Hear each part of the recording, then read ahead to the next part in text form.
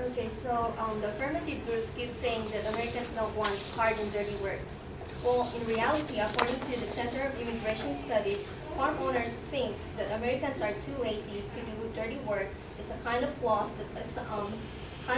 assumption that have led to creation and rapid growth of the H-2A visa program, which has resulted in more than 500,000 jobs being filled by foreign gas workers over the last 5 years, rather than Americans and immigrants already in the United States.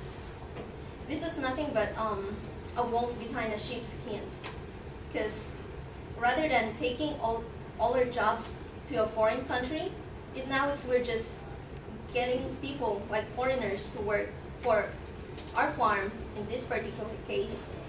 And of course, in this current situation, we're having like bad unemployment right now. So why give all these kind of jobs to foreign workers when there are actually a lot of Americans willing to work in the farms? And our affirmative groups kept saying that there's going to be an increase in income. Well, in reality, it's only two parties that are involved. One, obviously, the farm owners, because they're making a lot of profits.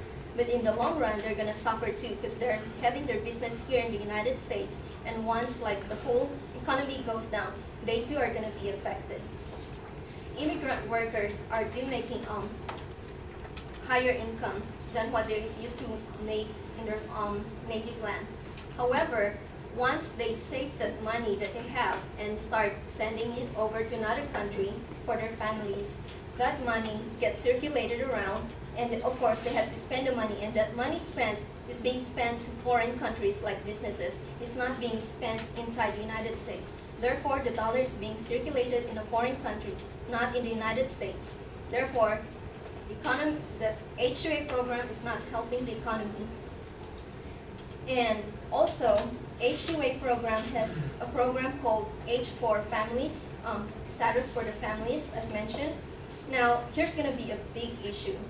If they're going to have their family in here, and of course, love is always in the air, what if one of their spouse is going to get pregnant? Okay, now there's going to be a problem of anchor babies, because once the child is born in the United States, they are protected under the 14th Amendment that they are United States citizens. And this is going to be even more complicated for our immigration. Program after program for immigration, all because it started with one problem, the H-2A. If you do believe in big things comes from small beginnings, this is a perfect example. Applying for H-2A programs is very simple. It only takes 3 steps. First one is getting petition from the Department of Labor. Second, filling out the form called the I-129 and submit it to the U.S. Citizenship and Immigration Services. Finally, workers needs to get an H-2A visa from the Department of State. This never included a background check. Now that's going to be a huge problem. Some workers are also don't require a visa. All they have to do is go directly to the U.S. Port of Entry and seek admission in H-2A classifications with the Customs and Border Protection. Now you tell me that's not going to be an issue for safety. H-2A workers entering the United States without background check is damaging enough. And to make things worse, H-2A workers who have worked in the United States for 3 years and have applied for resident visa are eligible to citizenship. On our first debate, they mentioned that it takes at least 13 years to apply for citizenship. And for the affirmatives policy, they kept on saying that this is going to eliminate illegal immigrants coming into this country. Well, in reality, this is going to encourage more people to apply for H-2A rather than applying for immigration to come to the United States, because this is nothing but a shortcut. Rather than having 13 years, it's only 3 years.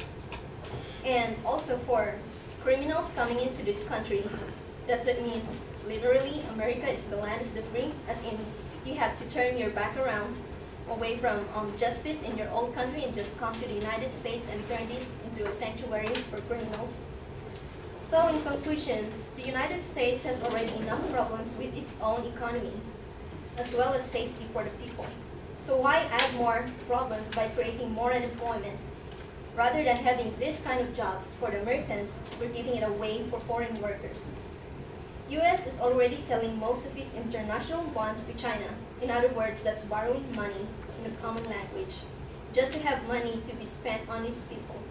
Foreign countries are allowed to buy US bonds, but the scary scenario, if China buys most of our US bonds, that's going to be a huge problem. All we have to do is say goodbye to the United States, because this country will be the Republic of China, only because our economy keeps getting worse and worse, and we're not going to have enough money to buy back our bonds. So why add more criminals running down the streets as well, when we're trying our best to save money by cutting down on spending on military, police forces, as well as prison?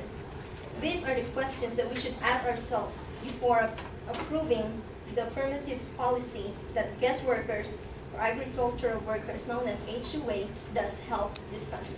Thank you.